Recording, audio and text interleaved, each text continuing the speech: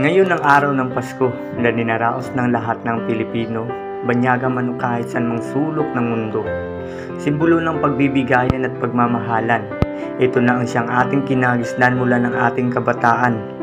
Mahalaga ang araw na ito dahil minsan lang tayo magkasalo-salo sa mesa na kasama ang buong pamilya, maging kapitbahay ay imbita. Excited bawat bata na may regalong matatanggap, laruan, bagong damit, sapatos, gadget o laptop na galing sa kanilang magulang, ninong man o ninang. Ngayong magpapasko, masakit lang isipin na yung mga nagtatrabaho sa ibang bansa ay nangungulila dahil nag-iisa at di makauwi sa kanilang pamilya. Kaya sa VC o tawag na lang dinadaan. Kahit ganun pa man, loob nila gumagaan.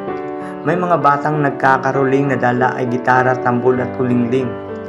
Makukulay na ilaw na kasabit sa dingding, nagagandahang parol sa bawat tahanan. Halika at yung tikman, masarap to, luto ni inang. Puto bumbong at suma na may kasamang bibingka, pansit at iba pa. Mga tao ay abala sa bawat bahay nila habang yung iba ay nagkakasiyahan at nagkakantahan. Pero bago ko makalimutan, siya nga pala mahal, may regalo ako sa iyong ibibigay. Pasensya na kung di mamahalin, bag na lubibiton at kadang damit na mumurahin.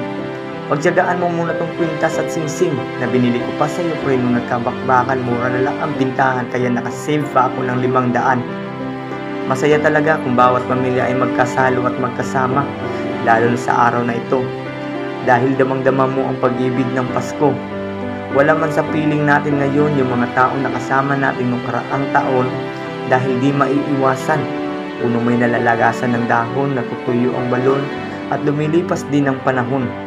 Kaya kahit di man Pasko, dapat ipadama pa rin natin ang pag-ibig ng ating puso.